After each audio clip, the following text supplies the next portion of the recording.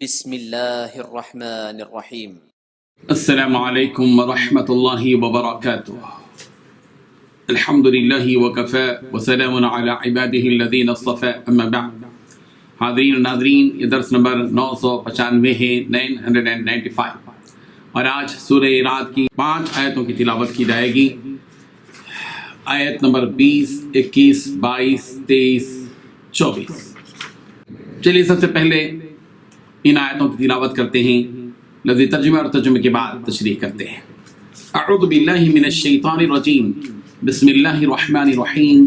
الذین یوفون بعہد اللہ ولا ينقضون الميثاق والذین یصلون ما امر اللہ به ان یوصل ویخشون ربهم ویخافون سوء الحساب والذین صبروا ابتغاء وجه ربهم وأقاموا الصلاة وأنفقوا مما رزقناهم سرا وعلانية ويدرؤون بالحسنة السيئة أولئك لهم عقبى الدار جنات عدن يدخلونها ومن صلح من آبائهم وأزواجهم وذرياتهم والملائكة يدخلون عليهم من كل باب سلام عليكم بما صبرتم فنعم عقبى الدار صدق اللہ العظیم۔ لفظی ترجمہ یوں ہے، الذین، وہ لوگ جو یوفون پورا کرتے ہیں بعہد اللہ، اللہ کا عہد، ولا ینقضون، اور وہ نہیں توڑتے المیثاق پختہ عہد کو، والذین، اور وہ لوگ جو یصلون ملاتے ہیں ماں اس چیز کو کہ امر اللہ حکم دیا ہے اللہ نے بھی اس کی بابت، ان یوصلا کہ وہ ملایا جائے اسے، ویخشون، اور وہ ڈرتے ہیں ربہم اپنے رب سے، ویخافون، اور ڈرتے ہیں سوء الحساب، برے حساب سے، والذین، اور وہ لوگ جنہوں نے صبر کیا ابتغاء وجہ ربہم، اپنے رب کی رضامندی کی تلاش کرنے کے لیے، واقاموا، اور انہوں نے قائم کی الصلاۃ، نماز، وانفقوا، اور خرچ کیا مما، اس میں سے جو رزقناہم، ہم نے انہیں رزق دیا، سرا وعلانیہ، پوشیدہ اور ظاہر، ویدرؤون، اور وہ دور کرتے ہیں بالحسنۃ، اچھائی کے ساتھ، السیئۃ، برائی کو، اولئک، یہ لوگ، لہم، ان کے لیے، عقبی الدار، بہتر انجام آخرت کا، جنات عدن، باغات ہیں ہمیشہ رہنے کے، یدخلونہا، کہ وہ ان میں داخل ہوں گے، ومن، اور وہ بھی جو صلح، نیک ہوئے، من آبائہم، ان کے باپ داداؤں میں سے، وازواجہم، ان کی بیویوں میں سے، وذریاتہم، ان کی اولاد سے، والملائکۃ، اور فرشتے، یدخلون، داخل ہوں گے، علیہم، ان پر، من کل باب، جنت کے ہر دروازے سے، سلام علیکم، اور کہیں گے سلام ہو تم پر، بما، بوجہ اس کے کہ صبر تم نے صبر کیا، فنعم، کیا ہی اچھا ہے، عقبی الدار، انجام آخرت کا۔ ترجمہ یوں ہے، جو اللہ کے عہد کو پورا کرتے ہیں اور اقرار کو نہیں توڑتے، اور جن رشتہائے قرابت کے جوڑے رکھنے کا اللہ نے حکم دیا ہے ان کو جوڑے رکھتے ہیں، اور اپنے رب سے ڈرتے رہتے ہیں اور برے حساب سے خوف رکھتے ہیں، اور جو اللہ کی خوشنودی حاصل کرنے کے لیے وسائل پر صبر کرتے ہیں اور نماز پڑھتے ہیں، اور جو مال ہم نے ان کو دیا اس میں سے پوشیدہ اور ظاہر خرچ کرتے ہیں، اور نیکی کو، اور نیکی سے برائی کو دور کرتے ہیں، یہی لوگ ہیں جن کے لیے عاقبت کا گھر ہے، یعنی ہمیشہ رہنے کے باغات، جن میں وہ داخل ہوں گے، اور ان کے باپ دادا اور بیویوں اور اولاد میں سے جو نیکوکار ہوں گے وہ بھی جنت میں جائیں گے، اور فرشتے جنت کے ہر دروازے سے ان کے پاس آئیں گے اور کہیں گے کہ تم پر رحمت ہو، یہ تمہاری ثابت قدمی کا بدلہ ہے اور عاقبت کا گھر خوب گھر ہے۔ ان آیتوں میں 13 باتیں بتلائی گئی ہیں۔ پہلی بات، عقل مند وہ ہیں جو اللہ سے کیے ہوئے عہد کو پورا کرتے ہیں، اور یہ 5 جو آیتیں ہیں جن میں پہلی بات یہ بتائی گئی کہ عقل مند وہ ہیں جو اللہ سے کیے ہوئے عہد کو پورا کرتے ہیں۔ دوسری بات، اور معاہدے کی خلاف ورزی نہیں کرتے۔ نمبر 3، جن رشتوں کو اللہ نے جوڑے رکھنے کا حکم دیا یہ لوگ انہیں جوڑے رکھتے ہیں۔ چوتھی بات، اپنے پروردگار سے ڈرتے ہیں۔ پانچویں بات، حساب کے برے انجام سے خوف کھاتے ہیں۔ چھٹی بات، یہ وہ لوگ ہیں جنہوں نے اپنے رب کی خوشنودی کی خاطر صبر سے کام لیا ہے۔ ساتھی بات، اور نماز قائم کی ہے۔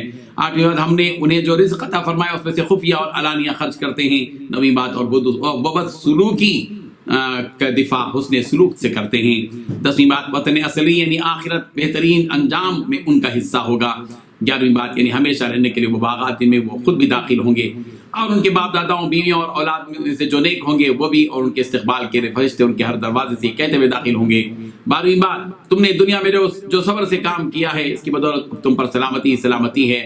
اور 13ویں بات، اور تمہارے وطن اصلی میں تمہارا بہترین انجام ہے۔ ان 5 آیتوں میں گویا 13 باتیں بتائی گئی ہیں، جیسے کہ 11 کا لفظ استعمال کیا گیا تو وہ غلط ہے، یہاں 13 باتیں ان میں بیان کی گئی ہیں۔ بزرگان محترم، پچھلی آیت میں یہ بات بیان کی گئی تھی کہ انما یتذکر اولو الالباب، کہ نصیحت تو وہی لوگ حاصل کرتے ہیں جو عقل مند ہیں۔ عقل مندوں کا جب ذکر آ گیا تو پھر ان لوگوں کی فہرست بیان کی گئی جو واقعی عقل مند ہیں۔ کسی بھی انسان کا ایمان قبول کر لینا اور ربانی نصیحتوں کو تسلیم کر لینا اس کے عقل مند ہونے کی پہلی علامت ہوتی ہے۔ اور جو ایسے عقل مند ہوتے ہیں ان کی پہلی صفت یہ ہوتی ہے کہ وہ اللہ کے عہد کو پورا کرتے ہیں اور معاہدوں کو نہیں توڑتے. جو عہد انہوں نے عالم ارواح میں اس سوال کا جواب دیتے ہوئے کہا تھا کہ الست بربکم، پروردگار نے پوچھا تھا کہ کیا میں تمہارا پروردگار نہیں ہوں، تو عالم ارواح میں ساری انسانیت نے کہا تھا کہ بلا، جی ہاں.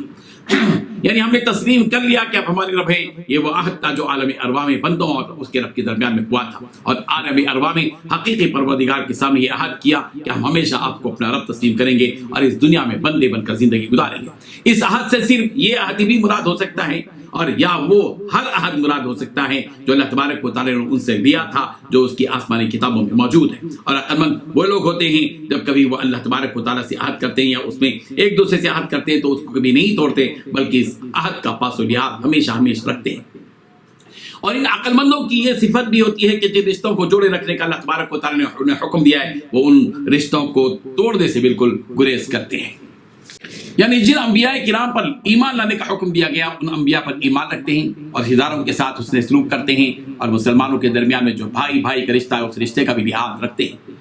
ان تمام لوگوں سے متعلق جن حقوق کی تعلیم قرآن مجید نے دی اور سیرت رسول صلی اللہ علیہ وسلم سے وہ تعلیمات ملتی ہیں، ان تمام حقوق کو وہ برابر ادا کرتے ہیں. صلہ رحمی کے سلسلے میں متعدد احادیث ہیں جن کی تفصیل کا یہ موقع نہیں ہے. رسول رحمت صلی اللہ علیہ وسلم نے صلہ رحمی کی ترغیب یوں دی. بخاری اور مسلم میں حضرت انس رضی اللہ عنہ سے روایت ہے، پیارے پیغمبر صلی اللہ علیہ وسلم نے ارشاد فرمایا، من احب ان یبسط له فی رزقی وینسأ له فی اثری فلیصل رحمہ. جو شخص یہ چاہے کہ اس کی رزق میں کشادگی ہو اور اس کی عمر میں درازی ہو، وہ اپنے رشتہ داروں کے ساتھ صلہ رحمی کرے، یعنی اپنے رشتہ داروں کے ساتھ حسن سلوک کرے، ان کے حقوق کو ادا کرے.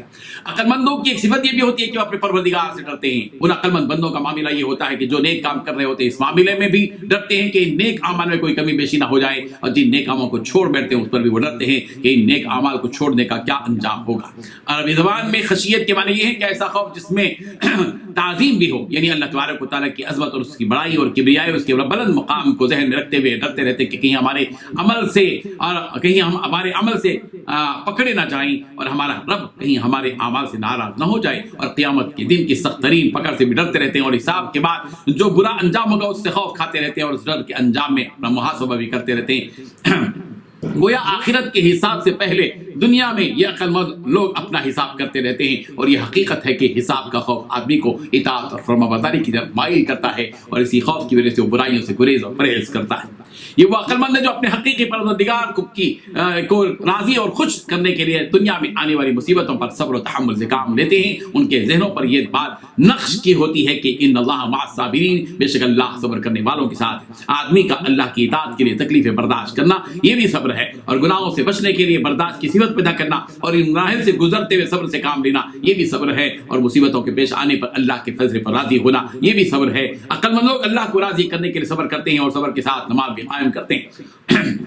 سورہ بقرہ میں یہ بات کہی گئی، یا ایھا الذین آمنوا استعینوا بالصبر والصلاۃ، ایمان والو صبر اور نماز کے ذریعے اللہ تبارک و تعالیٰ کی مدد حاصل کرو. عقل مندوں کی ایک صفت یہ بھی ہوتی ہے کہ اللہ تبارک و تعالیٰ کے دیے ہوئے رزق میں سے اللہ کی راہ میں چھپ چھپا کر بھی خرچ کرتے ہیں، اور علانیہ بھی خرچ کرتے ہیں، کھلم کھلا بھی. ریاکاری اور دکھاوے سے بچنا ہوتا ہے تو خاموش انداز میں چھپا کر اس طرح خرچ کرتے ہیں کہ ایک ہاتھ کو دیا تو دوسرے ہاتھ کو بھی پتہ نہ چلا. اور کبھی کبھی کھلم کھلا اس لیے خرچ کرتے ہیں کہ ان کے اکیلے خرچ کرنے کو دیکھ کر دوسروں کو بھی حوصلہ ملے اور دوسروں کو خرچ کرنے کی ترغیب ہو، اس لیے بھی وہ اس طرح خرچ کرتے ہیں. ایسے عقل مندوں کی قسمت میں آخرت کا بہترین انجام ہوگا، اور ہمیشہ رہنے کے وہ باغات انہیں ملیں گے جن میں عقل مند خود بھی داخل ہوں گے، ان کے باپ دادا بھی داخل ہوں گے، ان کی بیوی بچے بھی داخل ہوں گے جو نیک ہوں گے. اس طرح وہ اپنے اہل و عیال کے ساتھ جنت میں خوش و خرم رہیں گے. اللہ تبارک و تعالیٰ عقل مندوں کے ان اوصاف کو اختیار کرنے کے ہم سب کو توفیق عطا فرمائے. وآخر دعوانا ان الحمد للہ رب العالمین.